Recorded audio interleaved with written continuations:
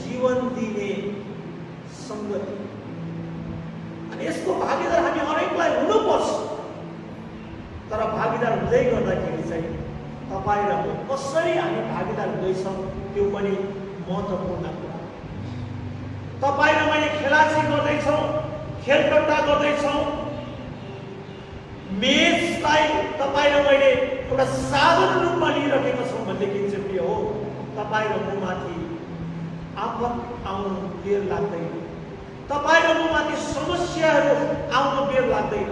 यसैले गर्दा बाइबलले भन्छ तपाईँ र म मेचको भागीदार हुन आउँदै गर्दाखेरि चाहिँ पश्चातापी हृदय लिएर आज तपाईँ र मलाई आउन प्रभुको वचनमा सिकाउनुहुन्छ।